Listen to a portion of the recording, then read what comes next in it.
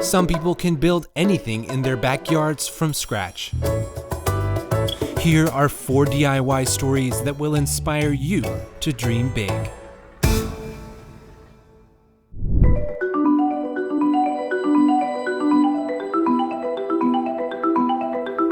I build models sometimes with weird materials, and I've always found aviation to just be really kind of magical just because airplanes are engineering marvels. And I wanted to marry that with the unconventional building technique. For my day job, I work in IT and management, but I've just always been creatively minded. I've always been drawn to those kinds of projects. I've been making things since I could figure out what tape and string were. I was super young. I probably drove my parents crazy. I'm best known for the paper airplane models that I make. What I use to build the models is manila folder, glue, an X-Acto, and a straight edge, essentially. It's hard to know exactly how many folders I've gone through, but I would say it's in the hundreds for this project, and there's a lot of scrap left over. I kept it to a minimal set of materials just because I like the challenge of building something from only one thing and having to figure out how to make that serve many purposes.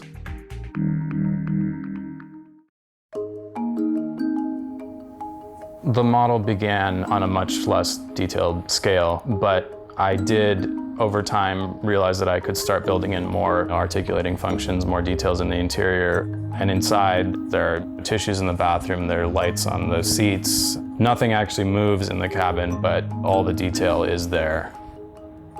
I've always just found the 777 to be a really elegant, nicely proportioned plane, and so it was partly an issue of aesthetics. I've always just been a fan of that particular model. I studied pictures online, some technical drawings, and actually create my own plans, and there's just no guide for how to do that, so I'm basically learning along the way. It's simultaneously kind of freeing and also really frustrating not to have plans. I can really take it in any direction, but you have to be incredibly inventive about how you solve problems because it really hasn't been done. A lot of people probably think that my end game was absolute perfection with the model, but in fact it was more just about the process of making it. It's the thought of the completed product that inspires me, and just being able to solve such a complex problem. It's just what I derive a lot of satisfaction from. Naona ni muhimu ya kwamba juu kuna watu wengi ambao wangekuwa na hii uwezo ya kusaidia watu lakini hawana. Penye huwa najisikia ya kwamba nataka kuendelea kwamba kila Mkenya yoyote awe ameconnectiwa na stima. Most of rural Kenya doesn't have access to electricity. This means the evenings are full of darkness. Here, families rely on kerosene lamps, which are expensive and produce harmful fumes. John WANGARE wanted to change that. My name is John MAGIRO WANGARE. I am the founder of MAGIRO mean HYDROELECTRIC. Mambo yenye huwa nafanya mambo ya stima ambayo naunganishia watu. Maisha bila stima ilikuwa ngumu sana. Kununua mafuta ya taa kwenye iko ni kama kilomita 3, pesa hatukuwa nazo. Ni project ambayo ilianzia zamani kama miaka 10 ambayo imepita. Juu ilianzia nikiwa katika sura ya msingi ambapo mambo ya stima ilikuja ndani yangu. Inspired by the dynamo on his brother's bicycle that generated light whilst the wheel turned, John had an idea. What if that simple mechanism could be made bigger? And what could turn that wheel? This is what we call the lever gondola. Nilikuwa nimefunga sugura kama 300. Time moja ikafika nikaziuza, nikaenda nikabai dynamo kubwa ambayo nilikuja nikaiweka kwa mto. From there, John started to make his power plant with pieces of scrap.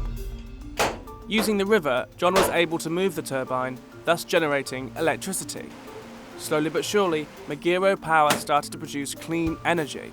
This is my power station. Powerhouse yenye saa ina produce about 250 kilowatt na ina supply wa 250 household they are connected. Imeimprove kwa maisha ya watu wa kijiji juu hapo zamani walikuwa wanatumia mafuta ya taa na Sasa hivi wanatumia stima. Mimi huwa na hisi vizuri sana juu naona vyenye watu wanasaidika. Sio lazima uwe na ile teknolojia kubwa ama uwe you have a 10 degrees ili uweze kujenga stima. Najisikia poa juu hii mambo yenye iko ndani yangu ni kitu ambayo haiwezi katolewa na mtu.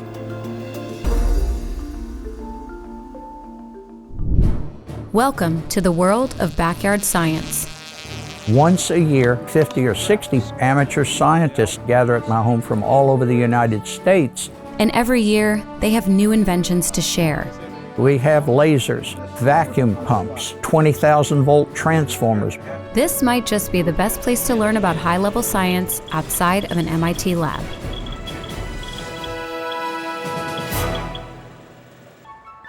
Tucked away in Lakeside, Virginia, is a man who's dedicated his life to science.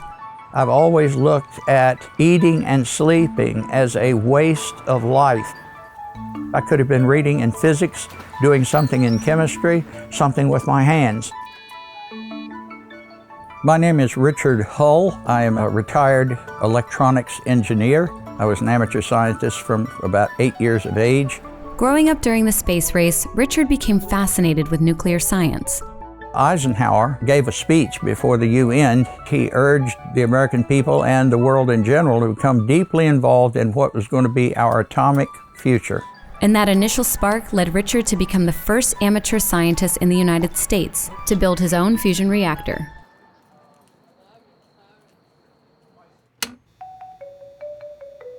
The first time I ever did fusion, I was elated. Fusion is the complex nuclear reaction that powers the sun, and Richard recreated it in a shed behind his house. The fuser, as such, requires no general license to make because it's not considered a dangerous technology. A lot of people look at it as the ultimate DIY. It would be nice if you've welded before.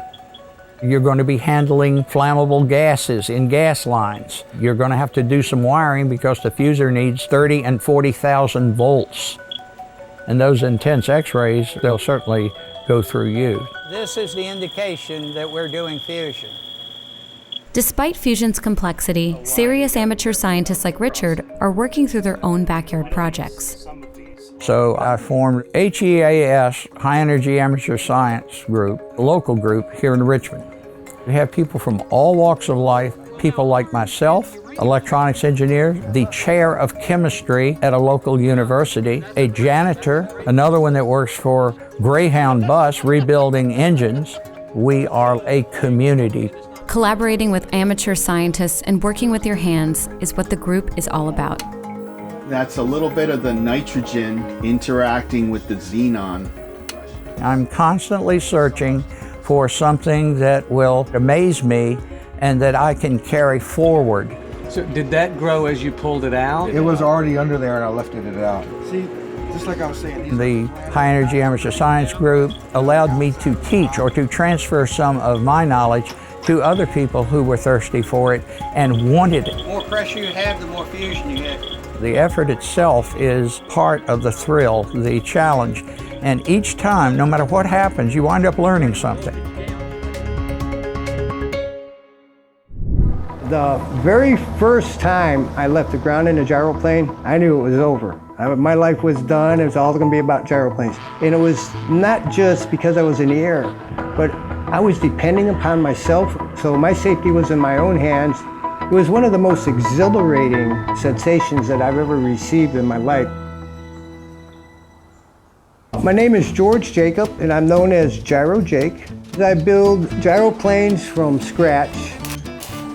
What a gyroplane is, basically a hybrid airplane, helicopter, but it's neither of the two. How many gyroplanes? I would say I built close to 20. I lost count around 13 a few years back.